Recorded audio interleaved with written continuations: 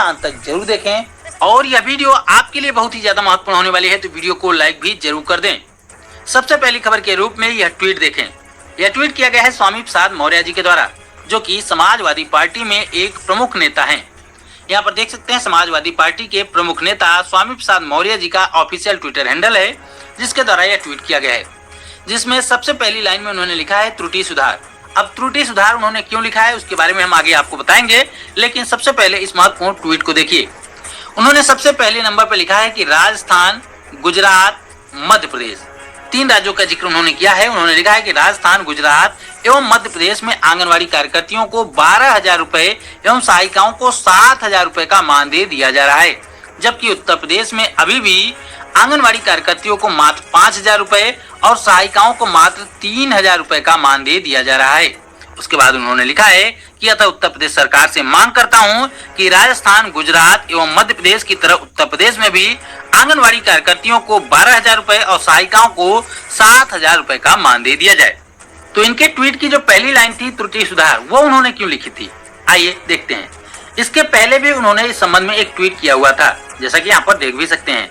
तो उसमें उन्होंने लिखा था कि राजस्थान, गुजरात एवं मध्य प्रदेश में आंगनवाड़ी कार्यकर्तियों को 7,000 रुपए और सहायिकाओं को 12,000 रुपए का मानदेय दिया जा रहा है, जबकि उत्तर प्रदेश में अभी भी आंगनवाड़ी कार्यकर्तियों को मात्र 3,000 रुपए और सहायिकाओं को मात्र 5,000 रुपए का मानदेय मिल रहा है। यानी कि उन्होंने सेविकाओं की जगह पर सहायिकाओं का मानदेय लिख दिया था और सहायिकाओं की जगह पर सेविकाओं का मानदेय लिख दिया था, जिसको लेकर उन्होंने त्रुटि सुधार करके एक और ट्वीट कर दिया, जिसमें उन्होंने मांग की है कि उत्तर प्रदेश में भी आंगनवाड़ी कार्यकर्तियों को 12,000 रुपए, सहायिकाओं को 7,000 रुपए का मानदेय दिया जाए। हालांकि जितने भी राज्यों के मानदेय के विषय में यहाँ पर उन्होंने बात कही है, उनमें से किसी भी राज्य में 12,000 रुपए का मानदेय नहीं दिया जाता है, जबकि मध्य प्रदेश में 13,000 रुपए मानदेय जरूर दिया जाता है, यानी कि ज्यादा भी दिया जाता है। गुजरात और राजस्थान में 10,000 तक ही मानदेय आंगनवाड़ी कार्यकर्तियों को मिल पा रहा है। लेकिन जो यहाँ पर मांग की गई उत्तर प्रदेश की आंगनवाड़ी कार्यकर्तियों के लिए कि आंगनवाड़ी कार्यकर्तियों को उत्तर प्रदेश में 12,000 रुपए का मानदेय दिया जाए और सहायिकाओं को 7,000 रुपए का मानदेय दिया जाए, ये काबिले तारीफ है, इसकी हम सराहना करते हैं। किंतु अब इन्होंने आंगनवाड़ी कार्यकर्तियों के मानदेय को लेकर आवाज उठाई है, तो इनके बारे में भी आप सभी को पता होना चाहिए। पता ये होना चाहिए कि साल 2017 से लेकर साल 2022 तक, यानी कि पिछली बार की सरकार में, पिछली बार की योगी जी की सरकार में स्वामी प्रसाद मौर्य जी एक मंत्री थे और बीजेपी में एक प्रमुख नेता के रूप में माने जाते थे। तब उन्होंने आंगनवाड़ी कार्यकर्तियों के मानदेय को लेकर एक बार भी आवाज नहीं उठाई थी और साल 2022 के चुनाव से पहले इन्होंने पार्टी बदल दी और समाजवादी पार्टी ज्वाइन कर ली। अब ये विपक्ष में है और विपक्ष में है तब आंगनवाड़ी कार्यकर्तियों की याद भी इनको आ रही है और आंगनवाड़ी कार्यकर्तियों के मानदेय वृद्धि की मांग भी इनके द्वारा की जा रही है। जब ये सरकार में थे, जब ये पार्टी में थे, जब ये सत्ता में थे, जब ये मंत्री के पद पे थे, जब इनके बातों की वैल्यू ज्यादा थी, तब इन्होंने एक भी बार आंगनवाड़ी कार्यकर्तियों के मानदेय वृद्धि की बात सरकार के सामने नहीं रखी थी। शायद जब ये मंत्री के पद पर थे तब अगर ये आवाज उठाते तो इनकी आवाज में ज्यादा दम होता, इनकी आवाज का असर भी ज्यादा होता। खैर, देर से ही सही, लेकिन आवाज उठाई है, तो ये हमारे लिए खुशी की बात है कि कोई तो है जो हमारी आंगनवाड़ी बहनों की बात सरकार के सामने कर रहा है। इसी प्रकार से जब बिहार में बीजेपी के गठबंधन की सरकार थी, तब तक बीजेपी का कोई भी नेता आंगनवाड़ी बहनों के मानदेय वृद्धि की बात नहीं कर रहा था और आरजेडी के नेता आंगनवाड़ी कार्यकर्ताओं के मानदेय को डबल करने की बात कर रहे थे।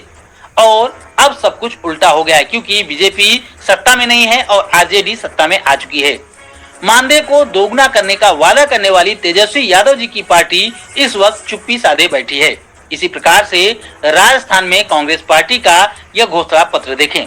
यह है राजस्थान में कांग्रेस पार्टी का घोषणा पत्र। जी हाँ, यहाँ पर देख सकते हैं राजस्थान में जन घोषणा पत्र है ये, और इसके तहत आंगनवाड़ी कार्यकर्ताओं को, आशा कार्यकर्ताओं को और तमाम विभागीय संविदा कर्मचारियों को नियमित करने का वादा किया गया था। यहाँ पर देख सकते हैं साफ तौर पर लिखा गया है कि राजस्थान जन घोषणा पत्र के अनुसार para teachers, Urdu para teachers, इसके अलावा तमाम यहाँ पर शिक्षा कर्मी, विद्यार्थी मित्र, पंचायत सहायक, नरेगा कर्मी, इसके अलावा यहाँ पर देख सकते हैं आंगनवाड़ी और आशा कार्यकर्ताएं, कंप्यूटर कर्मी और शिक्षक, इसके अलावा अन्य विभागीय संविदा कर्मचारियों को नियमित करने का देंगे तोहफा। यानी कि सीधे तौर पर यहाँ पर लिखा गया है कि बजट तक स्थायी होंगे संविदा कर्मी। यानी कि सीधे तौर पर कहा गया था कि सरकार बनने के बाद जो पहला बजट आएगा उसमें आंगनवाड़ी कार्यकर्ताओं को, आशा कार्यकर्ताओं को, साथ में तमाम और भी कर्मचारियों को नियमित कर दिया जाएगा।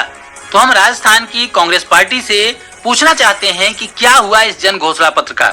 क्या सभी वादे पूरे हो गए? क्या हो गई आंगनवाड़ी कार्यकर्तियां नियमित? क्या हो गई आशा कार्यकर्ताएं नियमित? क्या हो गए ये तमाम कर्मचारी नियमित? नहीं। तो फिर ऐसे वादे का क्या मतलब? चुनाव फिर से है, फिर से ऐसे वादे किए जाएंगे। समझना आपको है, समझना हमको है, समझना आंगनवाड़ी कार्यकर्तियों को है, आशा कार्यकर्ताओं को है, समझना देश की जनता को है कि ये वादे सिर्फ वादे होते हैं जो पूरे नहीं किए जाते हैं। आप कौन सी राज्य से वीडियो को देख रहे हैं, आपके राज्य में कौन सी पार्टी की सरकार है और आपको लेकर यानी कि आंगनवाड़ी और आशा कार्यकर्ताओं को लेकर आपकी सरकार ने कौन से वादे किए थे और क्या उन वादों को पूरा किया गया है? कमेंट में अपनी राय, अपनी प्रतिक्रिया जरूर दीजिए। एक लेटर जिसे पूरे देश की आंगनवाड़ी